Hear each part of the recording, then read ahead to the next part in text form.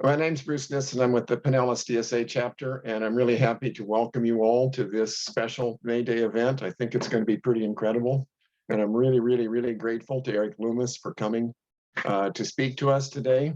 So that's the first thing I wanted to say. Second thing is I wanted to get a couple of housekeeping matters out of the way, and then we're going to make a very short introduction to Erik and just jump right in, because you don't need to hear me yapping. You want to hear from our featured speaker, namely Erik. Housekeeping stuff. After Erik is done with his talk, we'll have question and answer. And as huge as we are, if you just raise your hand, that's not going to work, because I can't see it, and probably Joe can't see it. Joe and I are trying to run this meeting. We probably can't see them all because there's way too many people to see on one screen. So the way in which you can get in the queue to ask your question is please put a 1 in the chat. And in the order in which you put a 1 in the chat, in that order, we will call on you to ask your questions. Okay? That's the main housekeeping event. That's pretty much it. It's as simple as put a 1 in the chat, and you will be the next one that we will be calling upon. Okay, that said, I just want to say that I want to introduce Erik Loomis. Erik is a professor of history at the University of Rhode Island. Most recently, what he's made quite a splash with, and what brought him certainly to my attention, was his book, History of America in 10 Strikes. It's an incredible book. It's gotten an awful lot of buzz in the last couple of years. It's probably one of the most talked about labor books that I know. And it's an extremely important contribution to our understanding of labor and of the United States and the history of the United States, and what that tells us for what we need to be doing kind of basically today. The other thing I wanted to say is Erik goes beyond simply writing academic books or academic articles, something I think is very valuable and very helpful. So he publishes a lot of articles, both scholarly but also popular, in all sorts of venues and outlets and things on issues of the day, informed by his historical understanding and his research. His research is focused on labor and environment, often labor and environment, and the interaction between labor and environment, among other things, as well as, of course, strictly labor stuff, such as the History of America in 10 Strikes. I just wanted to read off the names of a couple of articles I recently saw that Erik's published, just to give you a sense of how wide-ranging his work basically kind of is. One article is called The Growing Rift Between Workers and Environmentalists. Another one is called Think the Spotted Owl is to Blame for Job Losses? Think Again. Another one is called The Case for a Federal Jobs Guarantee. Another one, How Trade Deals and Immigration Laws Hurt Workers, Mexican workers. Another one called Trump is All Bluster on Trade, but Democrats haven't shown voters they can do better. Another one's called A Left Vision for Trade. Another one's called Being Working Class in Texas Can Be a Death Sentence. And that's just a sample of the kinds of contributions that he's been making in addition to his scholarly kind of work. He also tweets, and some of us avoid tweets and Twitter as much as possible. I pretty much do. But on the other hand, his tweets are quite interesting because he's got this day in labor history, so that every day you can go and see something about labor history from the tweets if you wanted to be following him on Twitter. And from my point of view, as a retired university professor myself, he's got the honor of being on the professor watch list, which is right-wing anti-labor hit group called Turning Point USA, which specializes in doing nothing but smashing progressives and the labor movement and everything else. He made the list. And so with a highly distorted rendering of what he has to say, but at any rate, he ended up on top of that. So I thought that was something to laud our guest speaker for here, kind of basically also. And the final thing I want to say is he blogs at a blog site called Lawyers, Guns, and Money. There's a number of people that blog out of the Lawyers, Guns, and Money blog site. But if you're interested in following him further, you might want to go to Lawyers, Guns, and Money and see what his blogs are at that point. All right, enough from me, probably too much. I just want to turn it over to Erik. And take it away, Erik. Well, I want to thank you all for having me. I know that Zoom is no one's favorite technology at this point in time, but it does allow some opportunities here, and I'm very happy to speak with you on this May Day. So I'm going to speak for about half an hour. I'm going to do a very, very fast overview of strikes in the past and a little bit in the present. Talk a little bit about what's going on today, and then I think we probably want to do more of that in the Q&A. So I'm going to talk for only about half an hour, and then we'll Q&A it after that. So I'm going to share my screen here. Not that it's an amazing PowerPoint or anything, but it does give you something to look at other than me, which is probably a good thing. Okay, so I'm going to just tell these a few stories here. Okay. And each one, when I was putting together this book, History of America and 10 Strikes, the idea behind it was not just to sort of highlight particular, just random strikes and things of this nature, but rather to use each one as a way to get to a key issue in the present, right? And so some of the strikes I talked about, are are well known. Others are far less known, but each one kind of served a purpose. And so I'm not going to talk about all 10 here, but I am going to go through a few things. And I'm going to tell sort of 7 super fast stories. So each one's only going to be about 4 minutes. So there's plenty of time in Q&A. And I wanted to start by thinking about the very beginning of the Industrial Revolution in the United States in 1793. When a guy named Samuel Slater, who was a British immigrant, opens the first modern factory in Pawtucket, Rhode Island, just up the road from where I live. And this is a completely world-changing event. It creates it creates the Industrial Revolution in America. It creates a modern American economy. It really brings in all of these transformational changes, right? But it is worth noting that from the very beginning of this system in America, it was entirely reliant on child labor, right? The idea was that we are going to have children working in mills, and this is an era in which children did work, right? But working in a mill is a very different thing than, say, working on the farm. That these mills would provide a new kind of working environment. That working 12, 14 hours a day in tremendously dangerous conditions. These factories would be very hot. They're incredibly loud.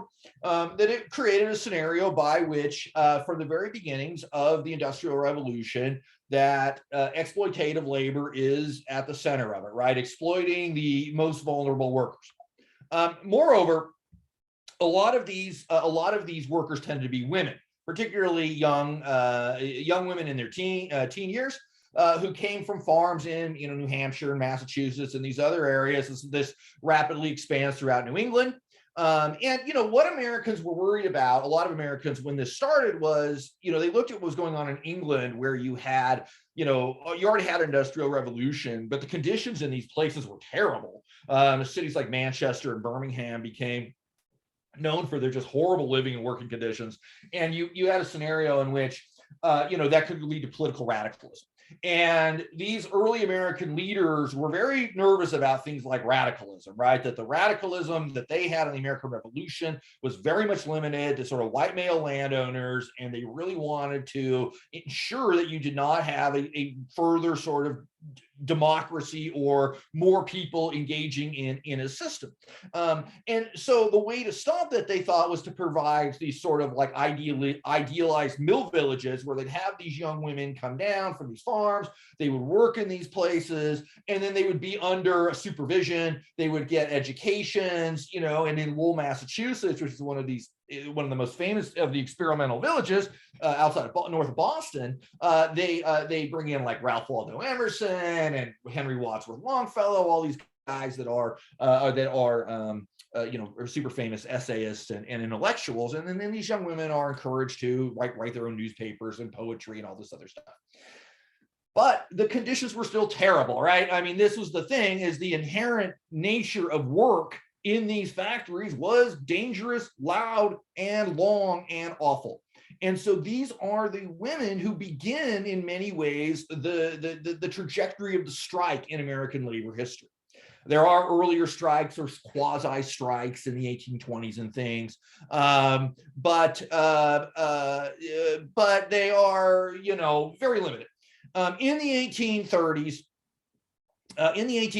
you see, sorry, got ahead of myself here. 1830s, you see these young women engaging in some of the first strikes in American history. And what's important about this, in part here, is that it's women at the beginning of the strike, right? That women are so often in our labor history and even in our discussions of work today, their concerns are sort of shunned aside. If you sort of say to students, maybe, what does a worker look like?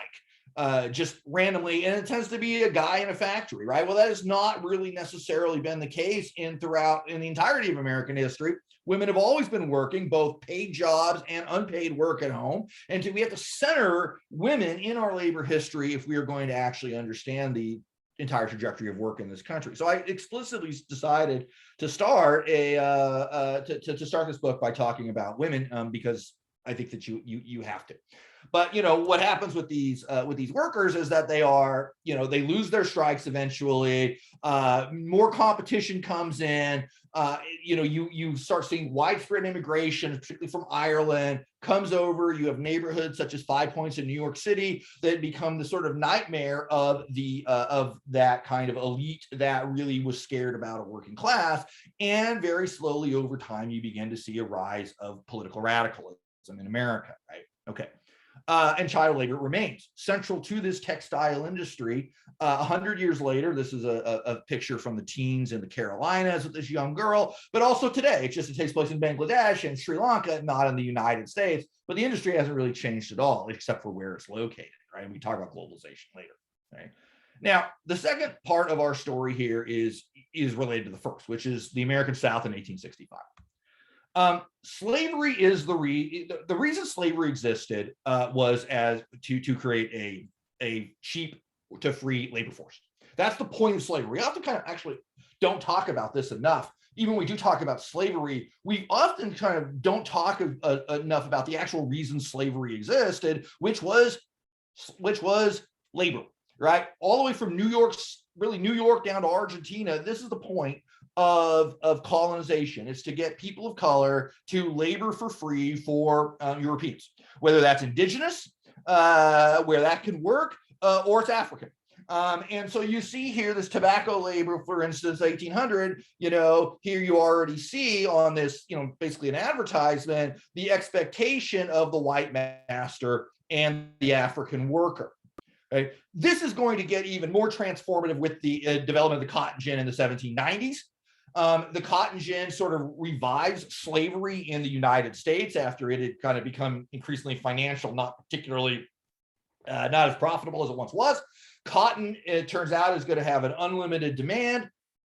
And it's the cotton that's being now produced by African-American slaves in the American South that's being processed by these little mill girls and other people in New England, as well as in England and France. And now you really have the beginnings of a globalized economy based primarily on slave labor in the American South and in other forms of unfree labor in other parts of the world that is designed and dedicated to promote white power over the globe and white economic advancement at the direct cost of Africans and African Americans. And so this is the reason the Civil War happens, right? The South commits treason in defense of slavery in 1860 to protect their institution of slavery. Northern whites became increasingly uncomfortable with the idea of slavery, not so much because most of them cared about Black people, but rather they cared about what slavery might do to white people. In other words, where was the room for the little white landowner, middle-class kind of person in a slave society? And so that's a lot of that abolitionist concern. There are some genuine anti-racist abolitionists, it's true, but the vast majority of Northerners who oppose slavery are more concerned about its impact on themselves. The Civil War starts in 1861, and there's really four groups in this country, right? That, at least one way to phrase this, Southern whites know what the war is about.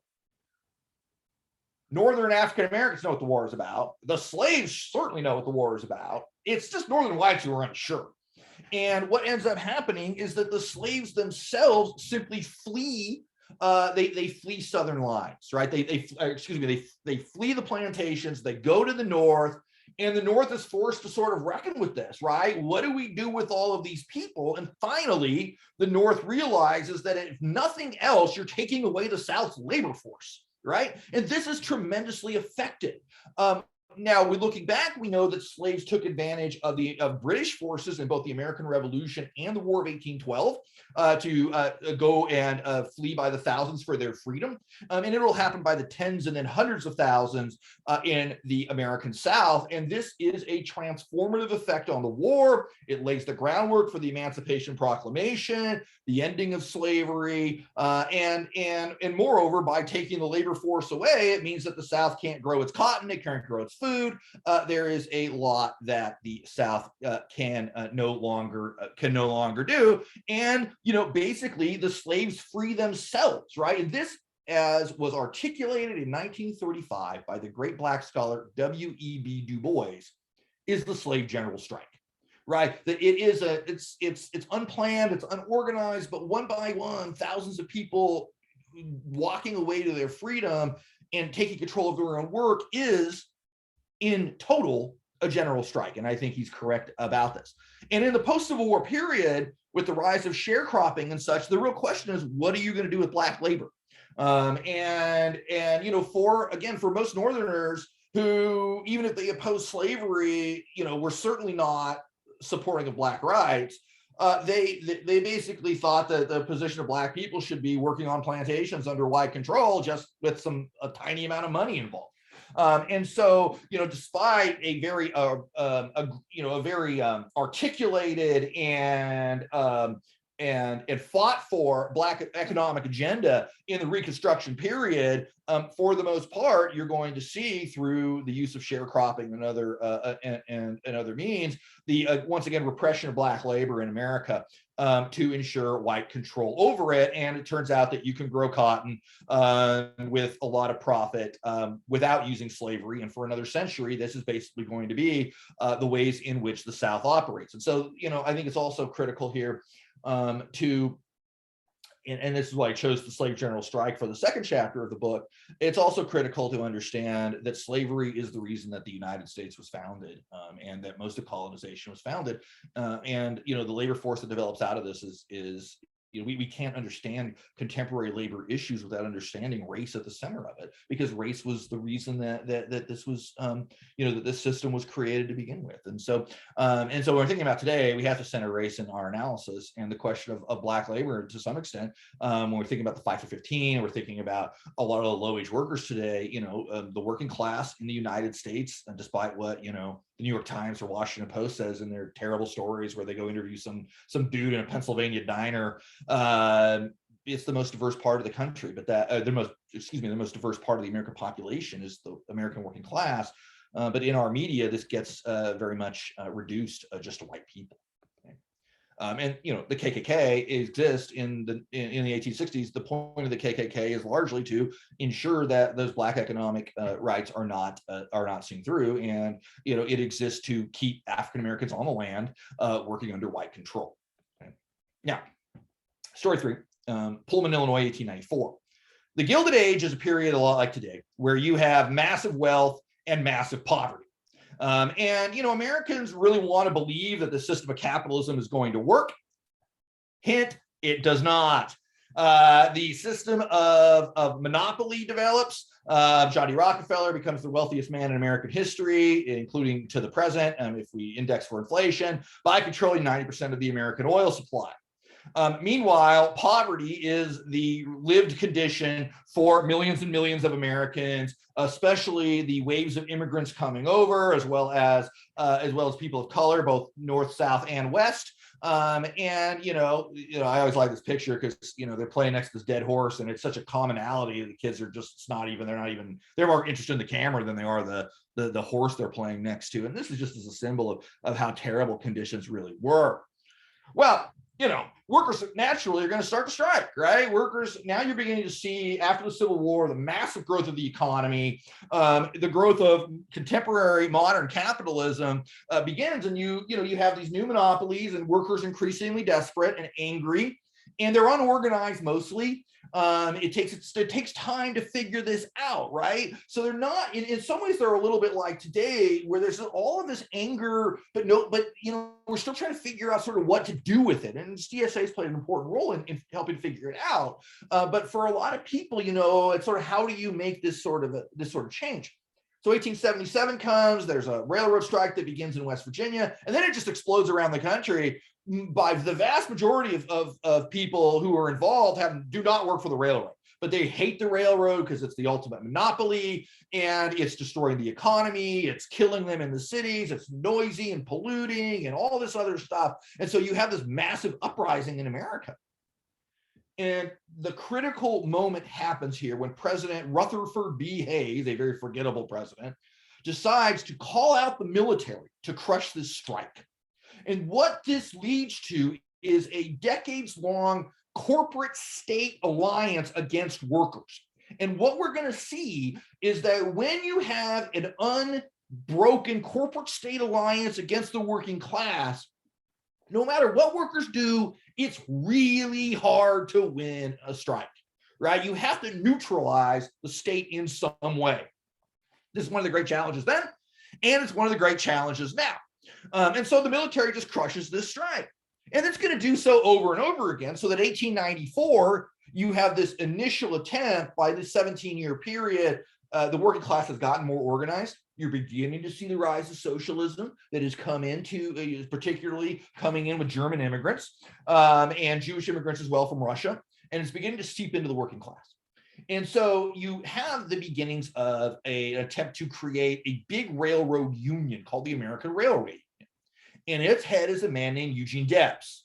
And Debs is a young organizer, comes from a very respectable kind of a background, been a kind of conservative unionist, but he's beginning to see that you need bigger organization to win. And so you have these workers. George Pullman is this really awful human being who runs his factory town building the railroad cars that people slept on when they were traveling across the country. The railroads have caused another economic panic, and he lowers his wages while keeping the rent in the company housing the same.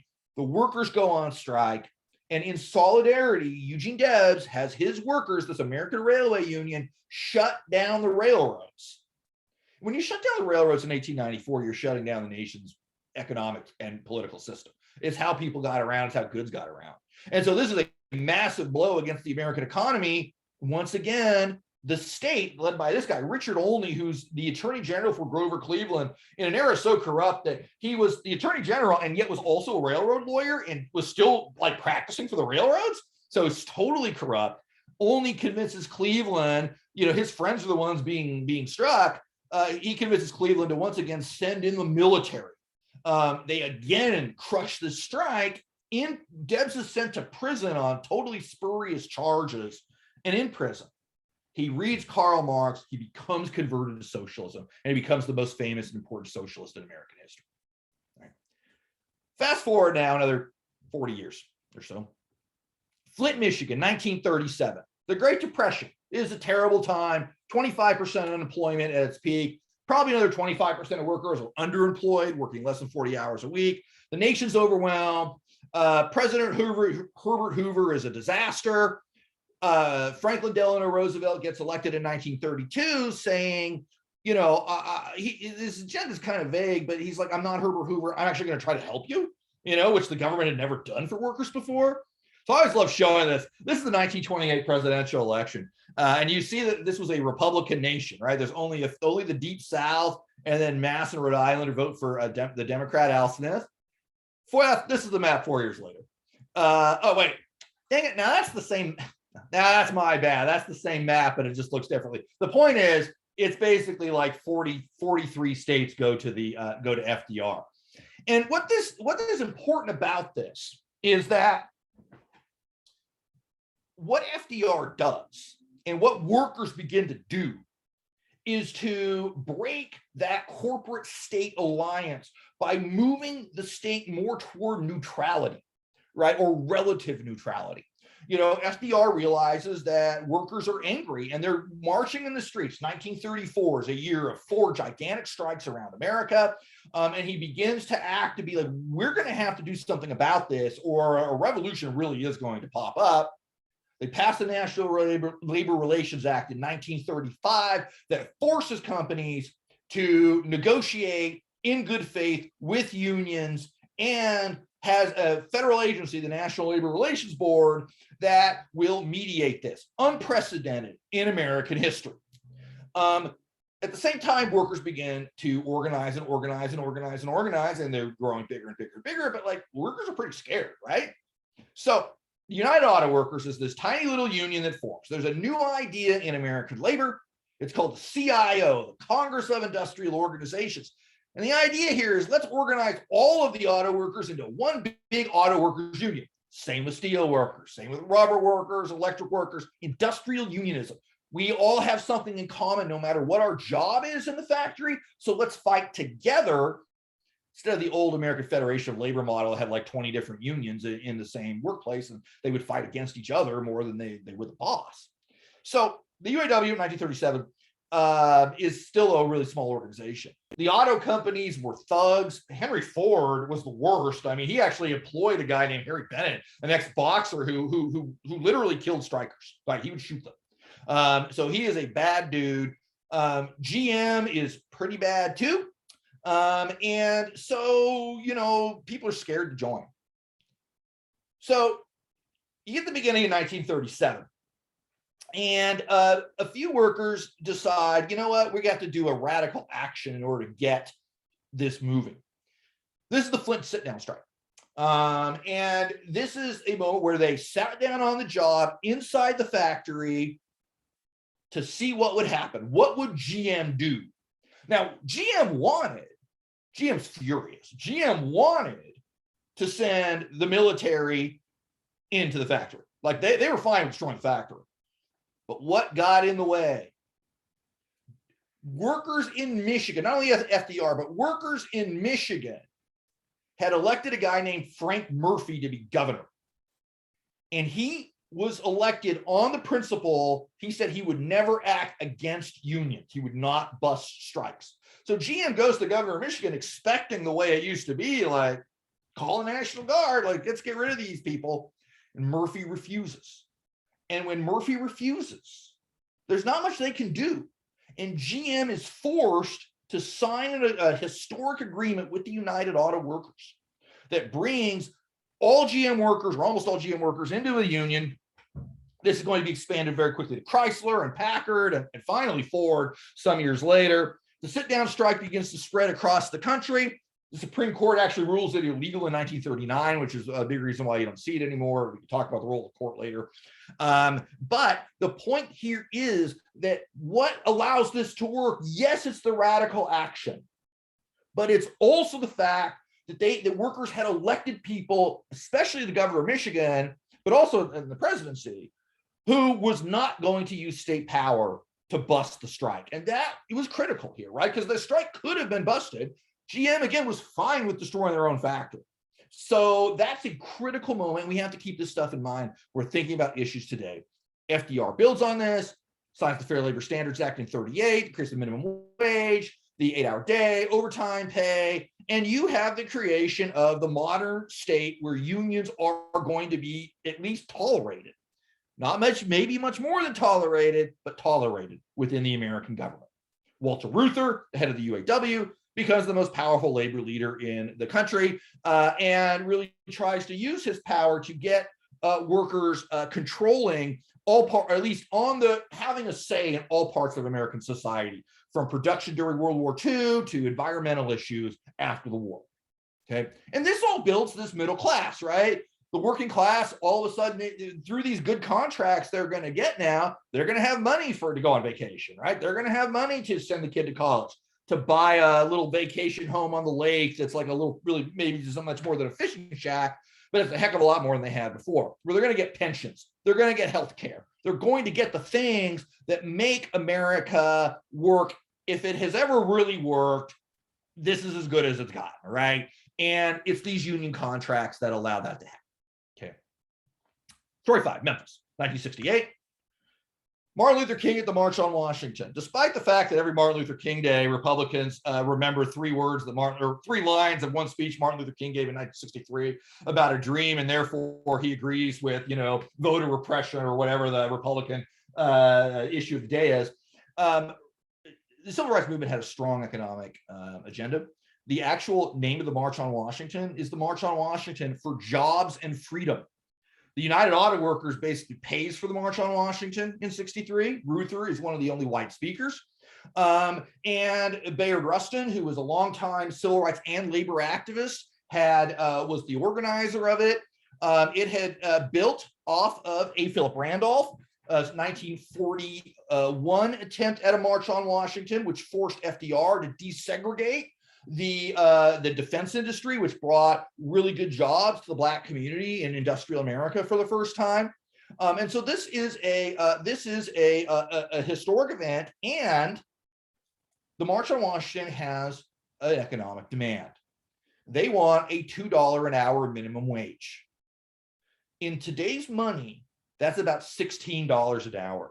So in other words, the Fight for 15 really goes back, just a different number, really goes back to 1963 with the March on Washington. But this is forgotten about, right? This is pushed out of our story about civil rights because challenging on economic questions is a whole other set of challenges that a lot of elites, including wealthy African Americans, do not want to deal with, right? But that was a central piece of the March on Washington and has been totally forgotten about today. It's more known, of course, that King dies. He's assassinated while assisting and rallying with the Memphis sanitation strike in 1968. By the end of his life, I'm sure lots of you know this, King had converted more toward a democratic socialism, had come out against the war in Vietnam, was planning the Poor Persons Campaign, which was going to bring a multiracial group of poor people to Washington in the summer of 68 to demand a whole series of economic legislation from the Lyndon Johnson administration. And his death probably dooms that. But once again, what it's going to do is open up unionization, especially for Black municipal workers, so that in cities around the South, such as Atlanta, New Orleans, as well as certainly in the North, with New York and Philly and Boston, you're going to see a pretty significant rush of Black municipal workers into unions that's going to build up what where you do see in the 1970s growing unionization. It's largely in Black communities, and it is especially with these kind of low-wage workers that had been working these very dangerous jobs for a long, long time. So it's very critical to understand the centrality of labor to the civil rights movement. Right? Yeah. The 6th story takes us to Southern Arizona in 1983. Through the mid-20th century, the things are getting better for the working class. So, the seated, at least to an extent. Environmentalism is becoming a thing. A consumer movement's becoming a thing, which was important because, this is the Ralph Nader thing, because, like if you crashed your Pinto and it caught on fire, this was bad, right? But there's no accountability for conditions of consumption either. And so there's all this legislation that's being passed, right? The environmental movement in the 60s they're passing legislation like the Clean Air Act, Clean Water Act, and in Congress it's passing like 420 to 5, right? It's just completely bipartisan. Lewis Powell is this corporate lawyer from Virginia. In 1971, he writes this memo to the head of the Chamber of Commerce, one of the leaders, saying basically the corporations need to get their act together, that they need to organize themselves and fight back and push back on labor, environmentalism, consumer campaigns, all these other ways in which there has been this growing accountability that corporations hate. Shortly after this, Powell gets named to the Supreme Court by Richard Nixon. And it is a moment, there's a lot of moments perhaps we could say this begins, but it's a good, useful spot to understand what's going to start happening, which the corporations are once again going to take the offensive, try to repeal the 20th century. And, we see the 50 years later, we see the impact of this today with all sorts of things, the decline of unions, the upcoming overturning of Roe, all of these, the continued attack by a radicalized Supreme Court on worker rights, et cetera, et cetera, et cetera. And this begins to have an impact by the 80s, right, with Reagan, who, of course, is a terrible president and basically a terrible human being, who launches his attack on the air traffic controllers. Now, the air traffic controller strike is a little more complicated than often gets sort of portrayed, because the air traffic controllers were kind of jerks. They did not express solidarity with any other unions. That included the pilots union, the flight attendants union, the machinist union, all the other unions in the airline industry who were like, hey, this is going to affect us too. The air traffic controllers were like, yeah, whatever.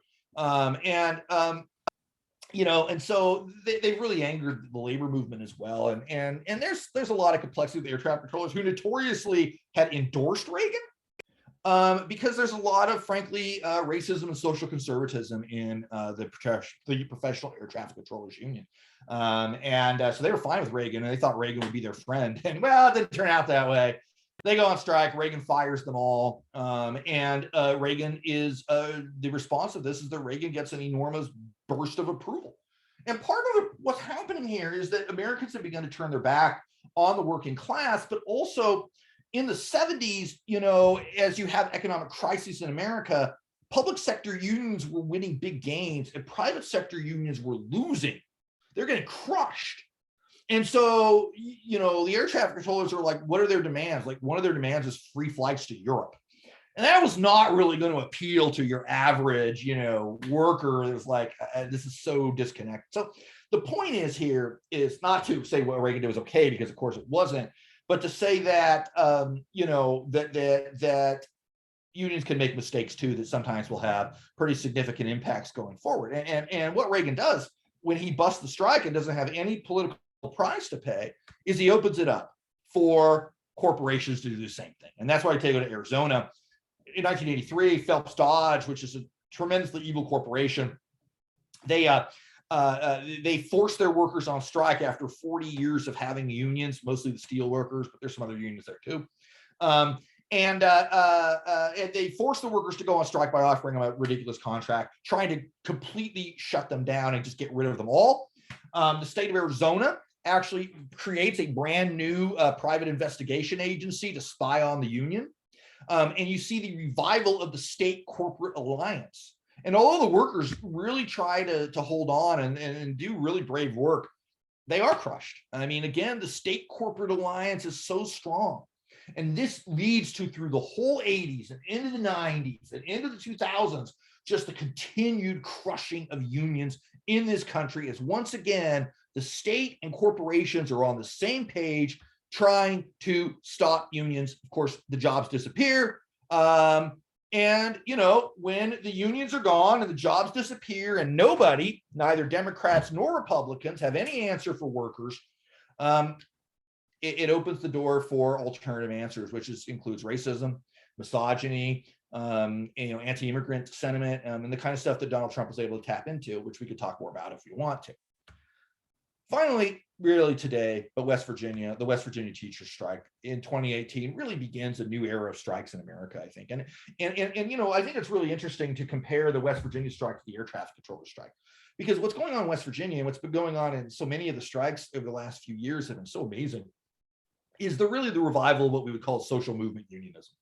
The West Virginia teachers are not striking for like free airfare to Europe. They're striking, yes, because their wages are terrible, right? I mean, they're making $35,000 a year in West Virginia, but they're striking because their schools also have no nurses, no art supplies, no gym, right? They're striking for the kids, and the parents know this, right? And these are conservative people, right? I mean, it's really interesting to think of the West Virginia strike. There's two things that happen. One, where they're the same thing, but I guess there's two sides to it. The real core of it is in the old southern coal counties in West Virginia, where the big coal wars of the 1910s took place. Where you had just this incredible militancy. Some of you may be familiar with the Battle of Blair Mountain from 1921, this huge insurrection against the coal companies. And so some of that Union pride remained a century later. These are also the counties in West Virginia that had the strongest pro-Trump showing, oftentimes at 80 to 85% for Trump. And so it's sort of crossing political lines here as well, which is very interesting that, a lot of these are Trump voters who are going on strike and going on strike not only for themselves, but for their students and for the schools. And this really begins this new, you have this huge wave of teacher strikes in 2018 and 19 in Oklahoma, in Los Angeles, all over the country. And this begins to sort of spread, right? And it starts popping. And COVID is a moment where, things get funky and like people aren't actually going to work. So you don't have a lot, you have a dip. But now you see this quick revival, right? I'm going to close on this. You have graduate students organizing all over the place. This is a very recent campaign at the University of New Mexico, where I did my PhD back in the 2000s. I'm very glad to see they have a union now. The Amazon union vote, the Starbucks campaigns, and a lot of, I think, what's happening here is, and we can talk more about this. This is the last thing I'll say. I guess I went on 5 minutes too long, but forgive me. Is a lot of what we're seeing right now with the teachers, graduate students. Amazon a little bit less so, but Starbucks, you're seeing campaigns at REI, you're seeing campaigns at Apple, where there's going to be a union vote at a store in Atlanta soon. You have places, I think, that perform liberal. And what I mean by performatively liberal is that they're hiring people who are, in many cases, college educated, who are in companies that are saying like, hey, wear your Black Lives Matter button, identify your pronouns on your badge. Like, we're all about that. And they attract customers that are all about that too, right? But then they still treat the workers like garbage, And so you empower workers in some ways by creating a corporate atmosphere that like liberals want to maybe work at, but also go to and shop at. I mean, REI is a great example of this, right? Conservatives are going to Cabela's or whatever, and liberals are going to REI. Starbucks kind of serves this kind of public-ish function in a private space where you could talk to your fellow, your barista or whatever, and they've got the tattoos and the hair and the whole thing, and and it's a space in which you feel comfortable as sort of a progressive person, I guess. But what this has done is it's also sort of the disconnect between the ways in which these companies are trying to present themselves to the public and the ways they treat their workers are really boxing them into a corner in terms of this worker stuff. And so this is why I think you see these Starbucks, every day, and now it's like 5, 6 Starbucks are voting increasingly about like 24-1 or something to join this union. And I'm really curious to see where this goes. But I think that either way, regardless if I'm right about this performatively liberal theory or not, we're in a strike wave we haven't seen since the 80s.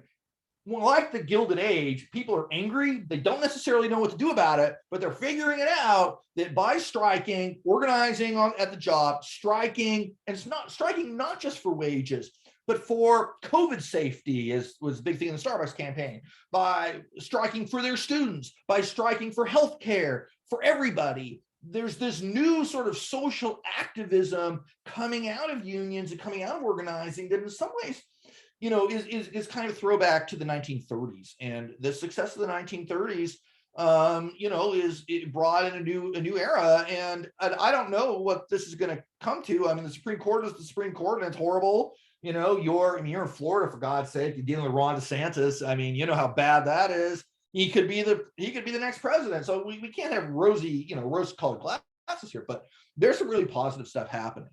And so I will stop there. I hope that very, very, very fast overview of American labor history made some sense to you. I'm happy to expand on it, answer any questions you have about anything.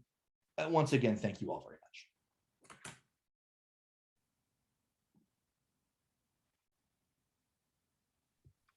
Okay, Yeah, thank you very, very Go much, ahead. Eric. Again, remind you, everybody, that for the questions you want to ask, please put a one, or you could put stack, either one or a stack in the chat, and we'll call on you in that order. And I believe, Joe, you're calling on people in order, right?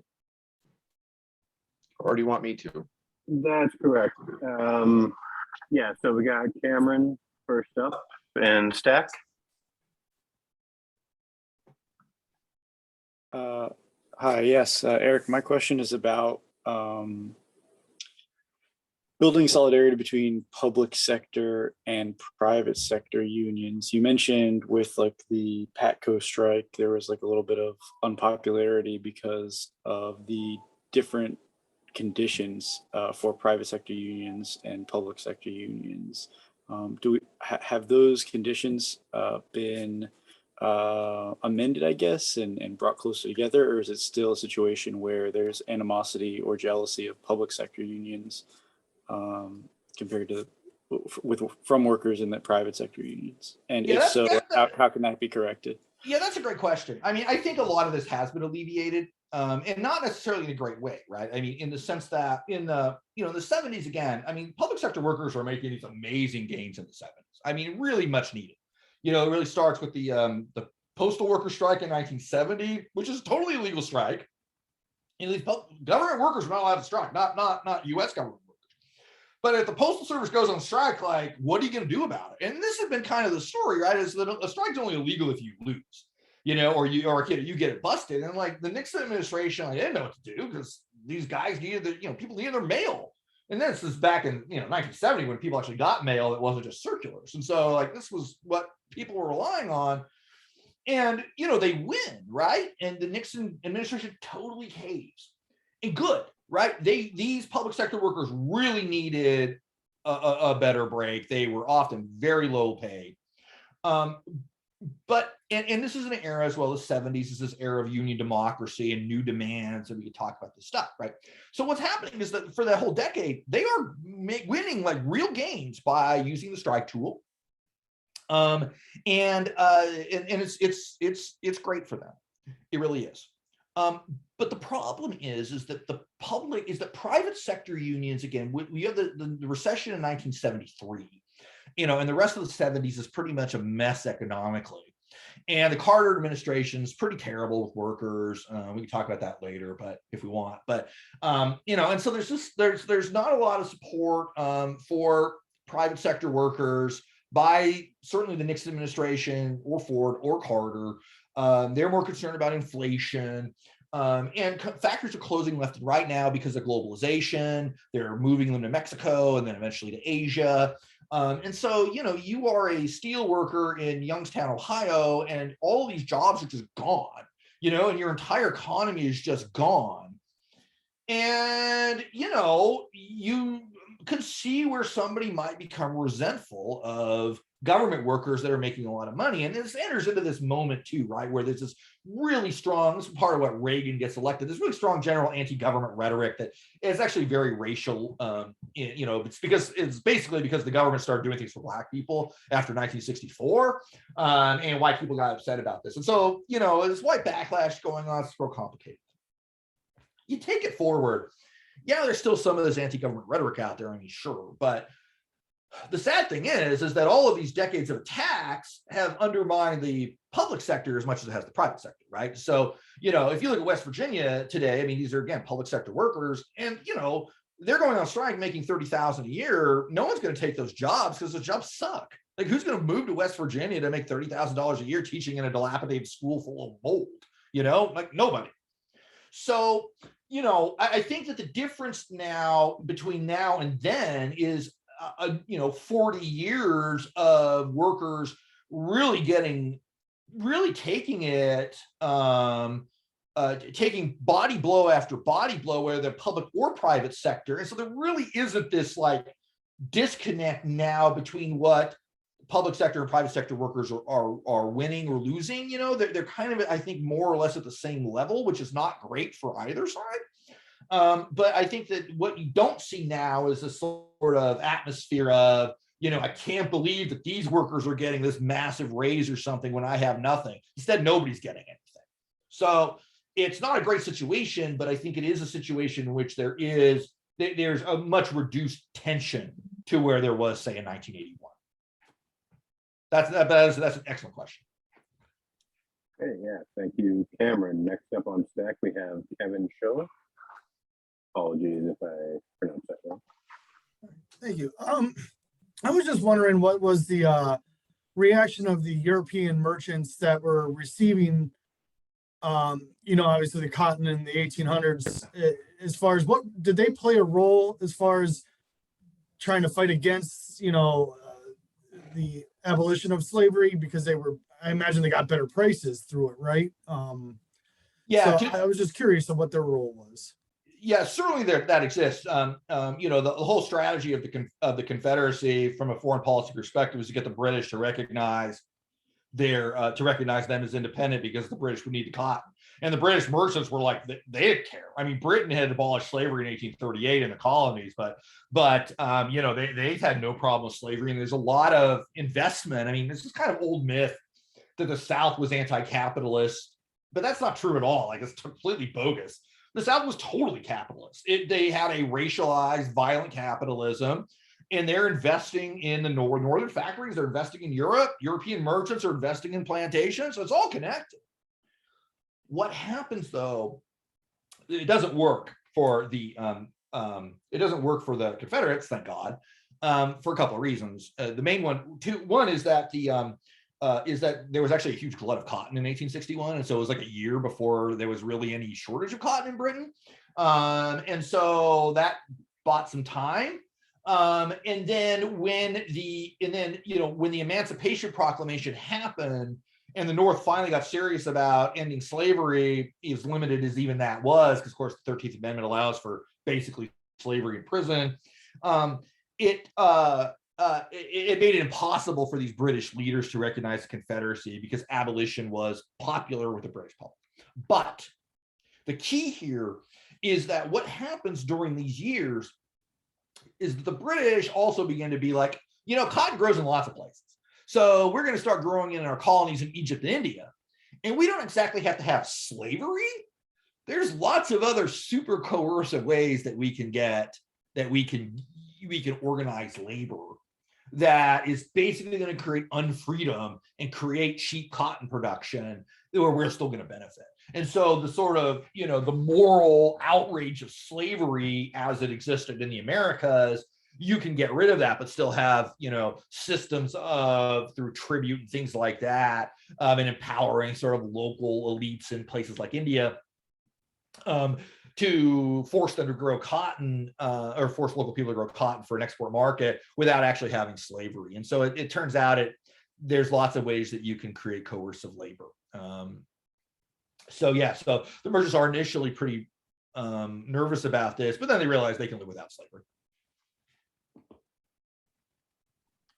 Okay, so I went ahead and put myself on stack because my question is, more in the modern sense, and with all of the right to work laws that, especially here in Florida and in so many states across the country, do you see a way past them from either an activist or a legislative standpoint in the near future? Well, there's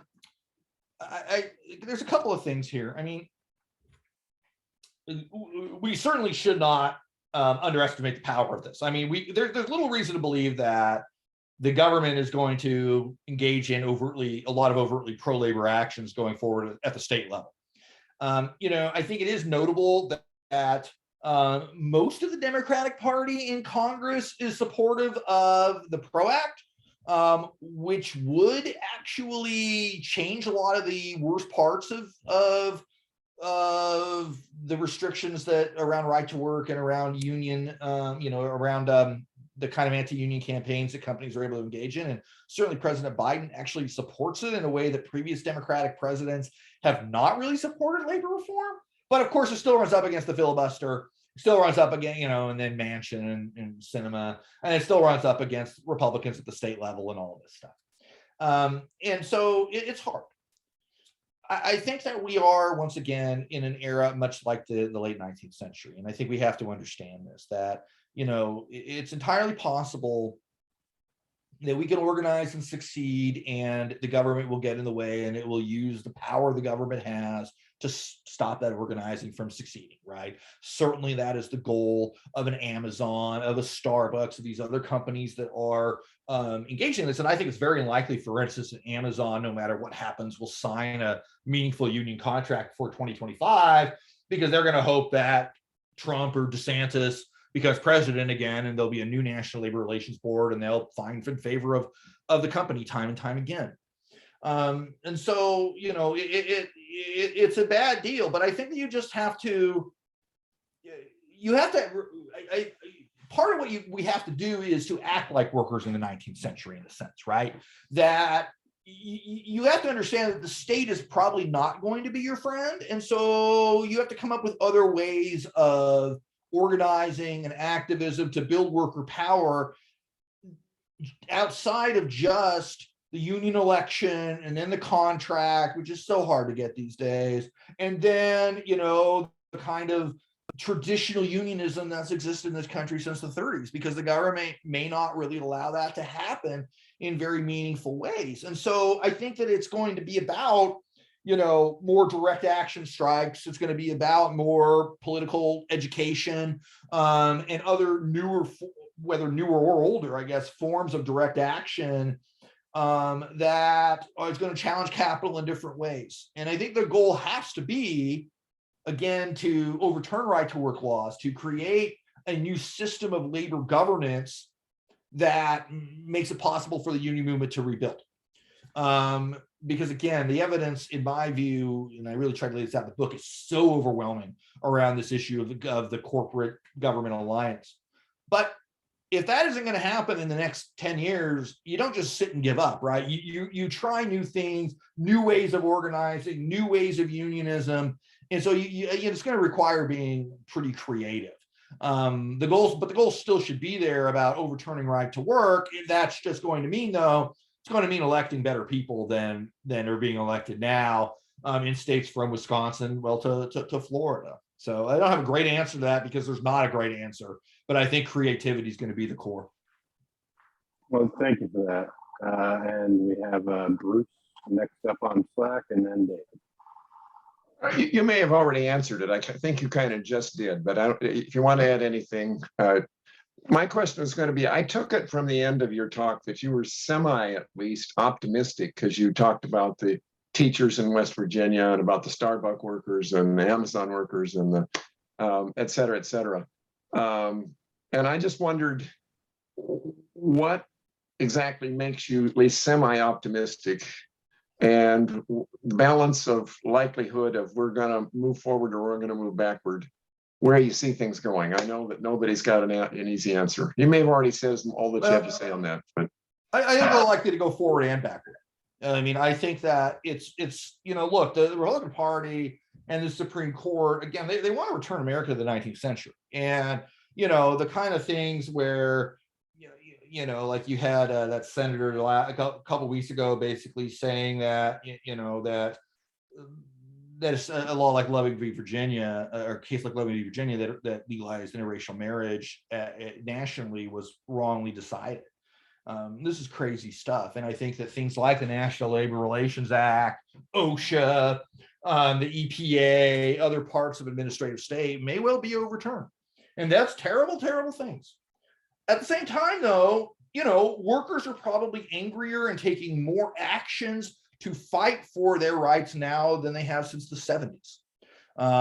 And so, and I think that's only going to increase. And so I think that there's great reasons to have a lot of fear right now about a lot of things. I mean, the Republican Party is a fascist party, and it's becoming more fascist by the day. And that means the use of state forces, again, probably to crush to crush any kind of labor strikes. But at the same time, a minority, it's very difficult for a minority to truly rule over a majority. And I think that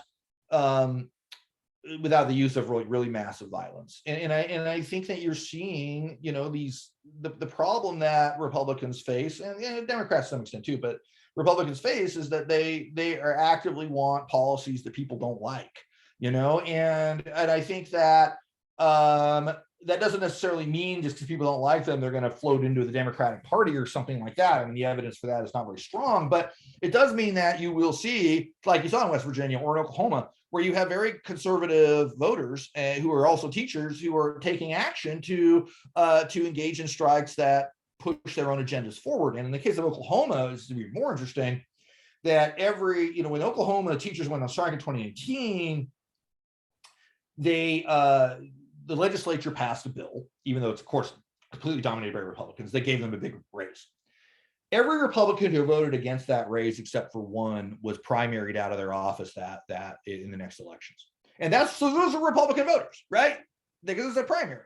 So it doesn't mean we're going to see like a rise of, some sort of leftist, revolution. I mean, that'd be great. But I think that workers, when you look at issues of work, people have been very unhappy for a long time, and they're acting on it in new ways, and they're going to keep acting on it in new ways until they feel like they're being treated with respect on the job. And so I think that we're moving both forward and backwards at the same time, basically. If that makes sense. Well, thank you for that. And David, you're next up. Hi. So I was trying to think of the best way to phrase this, but I guess I was wondering that in the post-war era, we saw a lot of more explicit leftists like socialists and communists getting kind of kicked out of the American labor movement, and around that same time, unions becoming a bit more I guess institutionalized in the United States. And I was wondering if, would you agree that the kind of the loss of those those more explicitly political voices within the union kind of led to that, and by extension kind of led to a weakening of the labor movement that led to the losses of the 80s and the next several decades? I give that a qualified yes.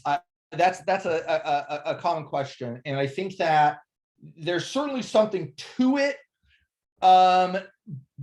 with a big but. I mean, in short, yes. I mean that the leftist unions, particularly communist unions, certainly were in the forefront of anti-racist organizing within the labor movement. We're doing a lot of the organizing work in much more difficult communities to organize in. We're taking on enormous fights, and knew how to organize. And there's no question that by the 80s, and even before that, really, the labor movement had kind of become fat and happy, and it believed, fundamentally, it believed that, after about 1950. That it had come to a pretty permanent state of compromise with the employers, where the workers weren't going to strike too often so long as they got paid, and there might be occasional strike around something, but in the end, the balance was going to be about equal. And then when employers decided, I don't think so, they had no way to respond to that. In some ways, still don't.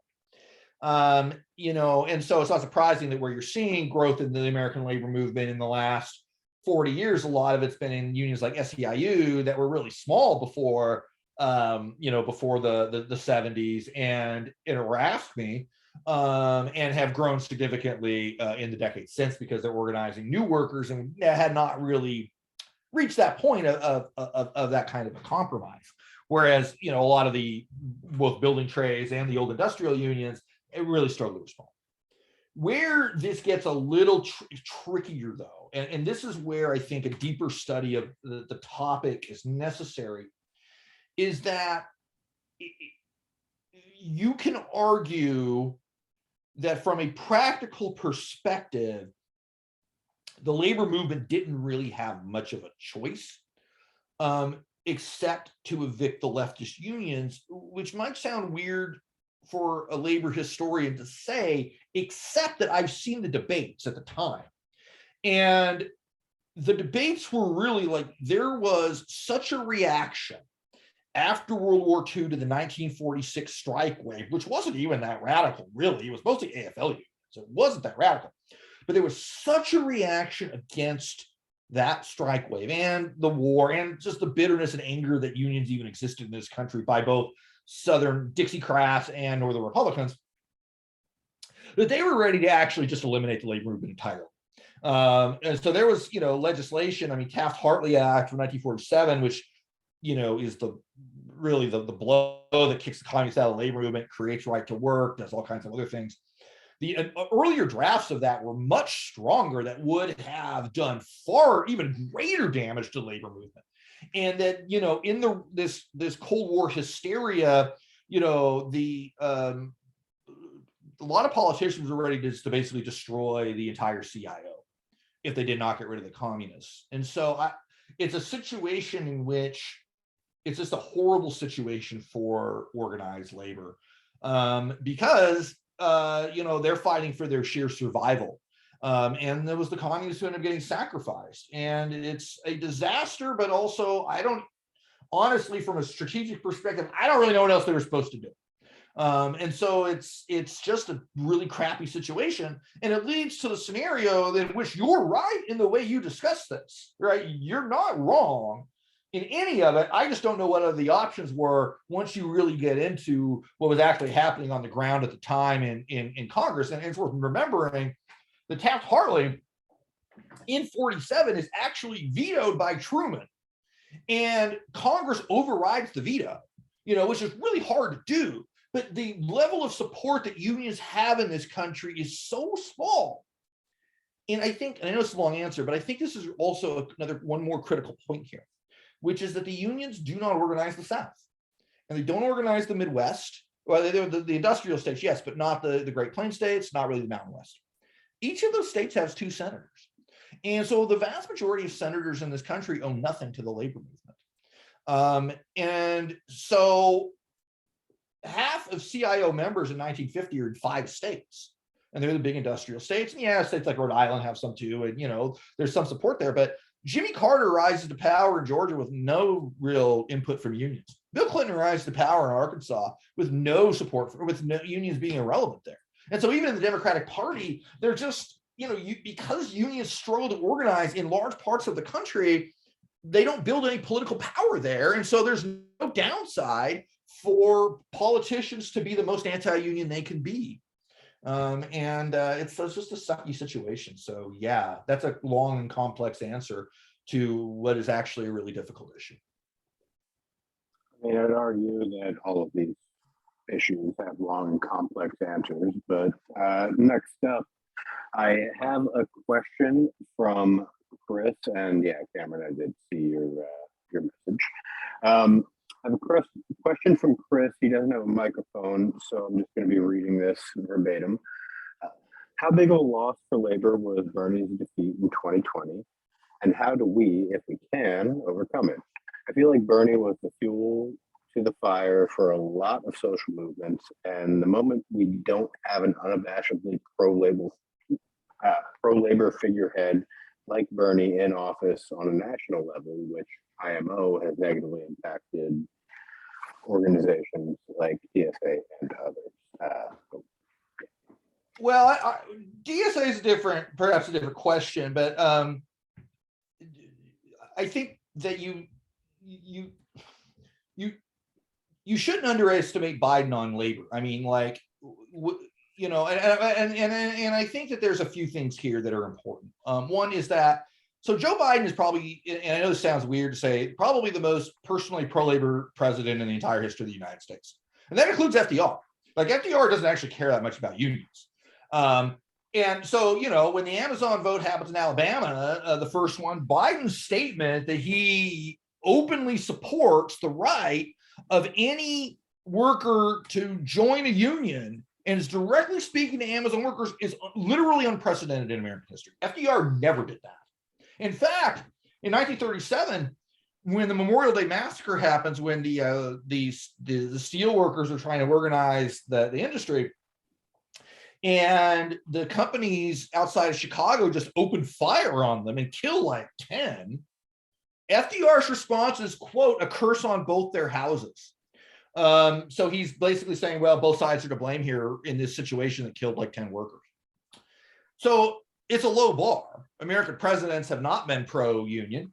Some have acquiesced to unions. Some have recognized unions have political potential, but they haven't really been pro-union. Biden actually feels it. Now, you could say Biden has not done enough on this and that, and sure, I agree with you. It's a low bar. So if it was up to Biden, we would have a vote on the PRO Act, and it would pass, right? That's a legitimate priority for him in a way that it certainly, Employee Free Choice Act was really not for Obama. Lyndon Johnson, Carter, Clinton, they don't care that much about the labor movement. So it's a really low bar. Okay, so that's important here to understand that Biden is not an anti-labor president. The Biden NLRB has been critical, for instance, in allowing, for instance, having the second union vote in Alabama at the Amazon in Alabama. That never would have happened under Trump. And finding Starbucks and things, for illegal firing workers and things like that. Now, but here's the thing, and this is something I think we all have to get our heads around. Biden comes out and he makes this statement, I support unions, you have the right to vote, and it doesn't make any difference, right? Amazon still wins that campaign. And I think that we are in a position, because of, I think, a lack of grassroots organizing in this country, that we're too focused on the president.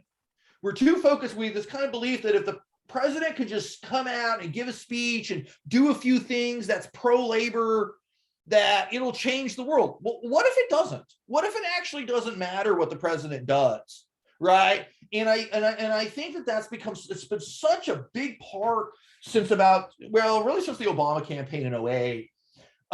Sort of looking to a leader, like the way that people made the Obama campaign. It was always a neoliberal, and his policies were always neoliberal. But the way we looked at Obama in 2008 is like he's going to bring the hope and change, and then he does exactly what his entire political career suggested he would do. So I think that the Bernie campaign was a critical moment in channeling the anger that a lot of people feel. I think that he gave voice to a lot of people, but especially, frankly, like the kind of people who are engaging in, say, the Starbucks campaign right now, or REI or Apple, younger people who tend to be college educated and who are also not getting a fair shake in the economy and have a lot of student debt, is a particular kind of person. Bernie really channeled their anger, and I think to tremendous value. I don't think that you see the kind of organizing that's happening right now without the Bernie campaign, and he's been a critically important figure for this. Of course, he's been an ally on these issues his whole career. And so it's really important. I mean, I think the Bernie campaign is very, very important. But if Bernie was president right now, I don't think it makes any difference in terms of what's happening with the union movement. I think we'd like to think so, but the reality is that the organizing has to happen on the ground and build up at the local level, at the state level, in Congress, and then eventually getting to the president.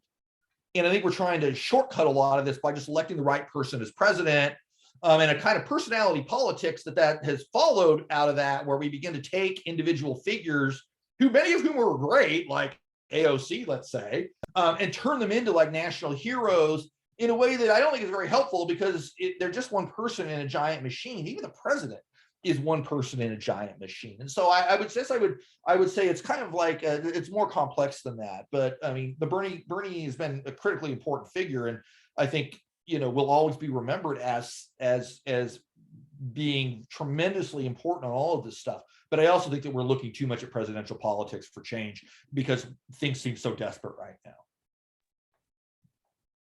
I would agree with that, and now I'm going to shoot it over to Cameron. Yep, thanks. What are the industries in the like swing state senator states that you could see organizing and maybe growing power and putting more pressure on the elected officials in those states to do things like repeal Taft-Hartley? Yeah, that's a great question. That's a really great question. And honestly, I don't know that they exist. And this is part of the problem, is that, you know, if you look at Obama Trump voters, for instance, you know, there's a kind of an overemphasis that the working class fled toward voting for Donald Trump. And there's some of that, but it's not really as true as that Donald Trump simply had Republicans vote for him. It's just that, and I think, you know, as you're kind of alluding to here, that where you did see this transition was especially in very important counties in very important states. Erie County, New York, for example. The counties where Akron and Youngstown are in Ohio, these old industrial counties in Michigan, where you see generations of deindustrialization, where the jobs aren't going. And this is part of the problem, I think, is that with so-called swing states, is that the jobs that the new economy is creating, they're not really going to those places, right? They're going to Texas. They're going to Florida. They're going to Arizona. They're going to Georgia, right? So in Georgia, Arizona, Nevada, these are becoming the new swing states, right? And that is having an impact there. And so, you know, you see in Georgia, you know, I mean, like, you know, electing Warnock, for example, is a tremendously important moment. But at the same time, in these aging, white, increasingly poor states like Pennsylvania, Ohio, Indiana, Iowa, you know, the whole Midwest, those jobs aren't going there. And that's why they're, I think, increasingly moving to the right, because young people leave, right? Because there's not, you know, the weather's bad. There's not much economy there. There's a lot more opportunities elsewhere, especially if you're identifying as a feminist or you're queer. You know, these are not necessarily favorable places for you. You're moving to places that are more favorable to you. And so you're seeing new swing states develop. You're seeing previously strong Union Democratic states moving very rapidly to the right, especially in these old industrial communities. And so, if you know, this is why one of the big failures of the Democratic Party has been to sort of hand wave away between the 70s and the now, building jobs that are good jobs in these particular communities where jobs have been lost and the economies are just a wreck. And the failure to do that, the failure to build new union jobs in Ohio and Pennsylvania and Michigan is enormous in what's happening today in these states, right? And so, unfortunately, you know, you're like that moment, right, when Amazon had a national competition to be like, what will you give us, various cities, in order that we'll move there, right?